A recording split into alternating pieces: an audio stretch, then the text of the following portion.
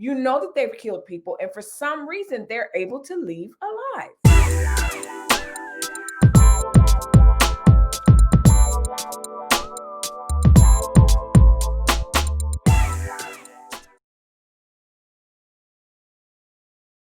Hey, welcome back to my channel. So, if you're new here, my name is Melissa, and I'm here to discuss, the obvious at this point. What is police protocol? And that's what we're going to discuss today. I'm not going to waste any time. Let's just jump right into it. Unless you've been living under a rock, head in the sand, you have been witnessing almost on a daily basis at this point some form of police aggression with United States citizens, regardless of how much we've seen throughout the years with the aggression with Black people and other people, just policing aggression. Let's just say it that way.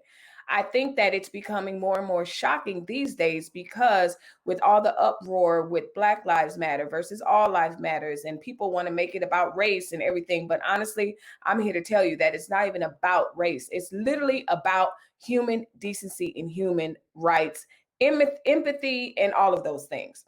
But as you can see from the title, I am here to talk about police protocol. Like, forget all this other stuff. Like, I'm a fact finder, I'm a fact person. And I can look at a situation and I can say, oh my goodness, that appeared to be kind of rough.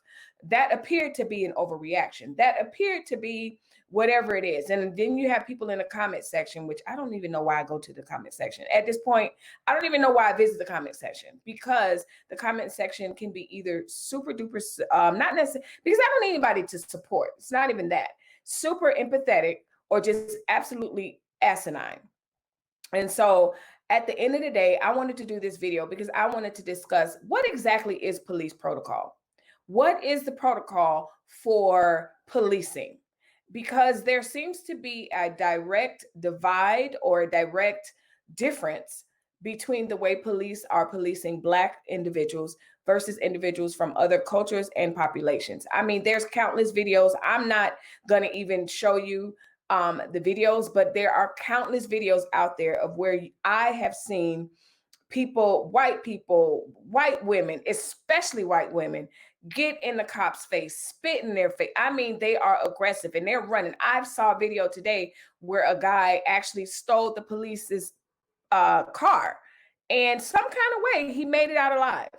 You look at Dylan Roof and all these people, these mass killers, and you know that they're armed. You know that they've killed people, and for some reason, they're able to leave alive.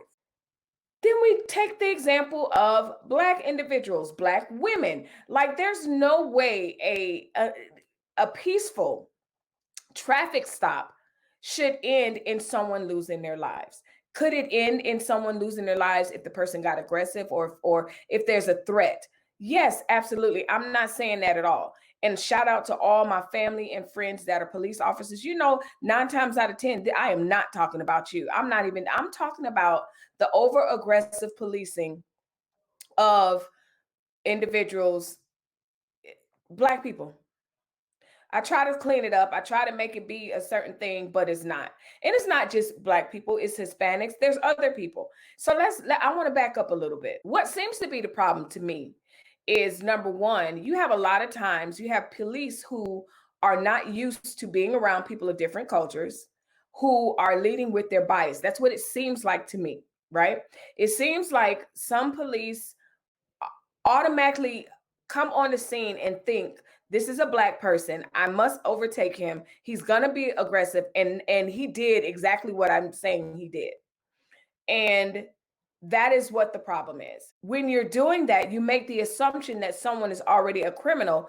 A simple traffic stop that we've seen you do countless times with other people of other races turns into this great big thing, and then someone ends up dead. Now, later on in the video, I want to talk about this threat. I felt threatened. And what does that look like? Again, I'm talking police protocol. And in any job has protocol for de-escalating. So, that's what I'm talking about. I want to talk facts right now. I don't want to talk about emotions or any of that, which I think definitely has a place in these cases. But ultimately, de-escalation, regardless, I'm a teacher. I just can't go in with a chokehold on a kid or touch a kid. There are de-escalation tactics. Now, if someone's being violent and someone is threatening the harm of other children, obviously there's protocol for that, which may require some physical things as far as a bank. Working at every job has a de-escalation protocol. And I know for a fact, without even knowing, I haven't even checked yet because I'm going to do that here in a second. I know police have the same thing. Deadly use of force, police de-escalation protocol. All these things are buzzwords that are just popping up, rightfully so, because what America, dear cops, this is what America is saying. This latest case, this guy had too much to drink and he's sleeping in his car to kind of sleep it off. Very common, very common. I'm not quite sure what the rules are for that, because I heard, some people say you can get a ticket for that. So I'm not sure. I'm not going to necessarily comment on that.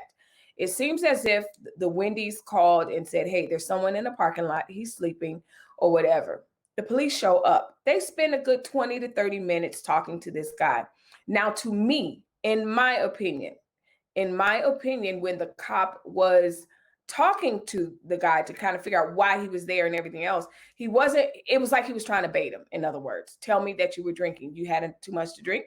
You had to, that type of thing, which is fine if that's what he should do and has to do. Now, do I think that so what ended up happening is they have this 30-minute conversation. At the moment where the cop decides, do you want to take a breathalyzer test? The guy's like, well, what is that? Mistake number one. He shouldn't have did that. But to me, either way it goes, whether he took the test or not, I've seen this play out for Black, Hispanics, white women, and everything else. And it seems to be that these people in this same exact situation find their way at home. And I don't know why Black people in this situation just can't seem to find their way home. Now, the comment section is full of police, not really, but we have some keyboard commentators, and that's fine. Again, I'm all for freedom of speech.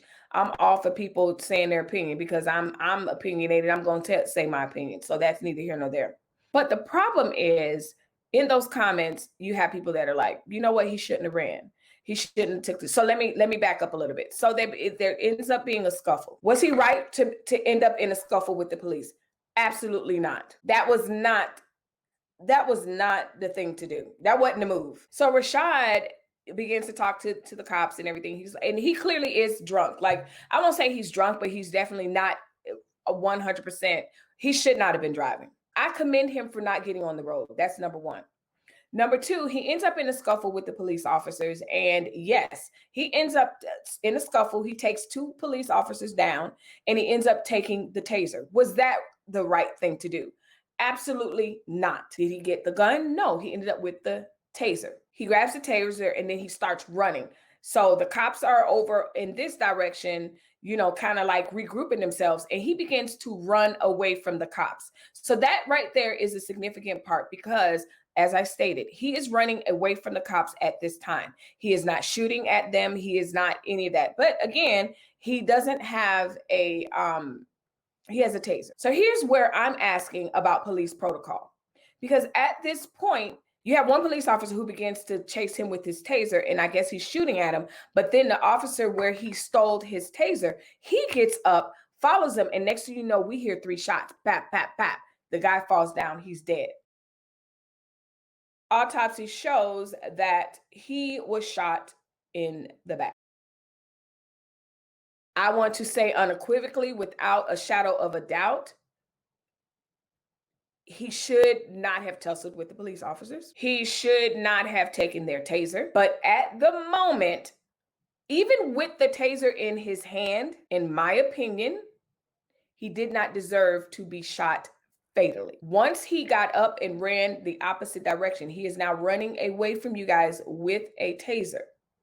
First cop had the right idea, where he continued to tase him and try to disable him. Second cop got up mad and allegedly, my opinion, His little ego was bruised. This dude took down two cops, and how dare you? He straight up shoots this guy 3 times fatally. So, without a shadow of a doubt in my mind, I believe that police protocol was definitely followed by the first cop. I am not excusing Rashad's behavior at all. One thing I do commend him on is the fact that he pulled over. Well, actually, he didn't even drive. Commend him for that.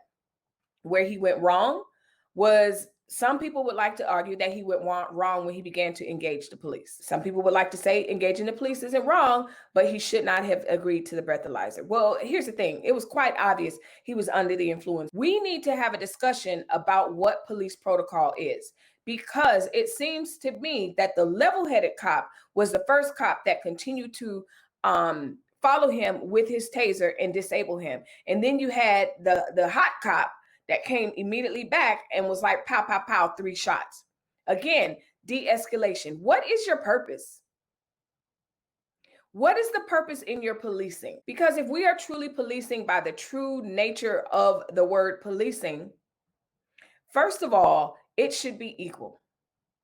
Now, of course, every situation is different. I'm not saying that. But what I'm saying is, it makes 0 sense for individuals to be able to shoot up 30, be taken to get something to eat, and they're alive. Then you have someone who is running away from the cops. You have incident after incident where they are, number one, unarmed, but number two, it just escalates.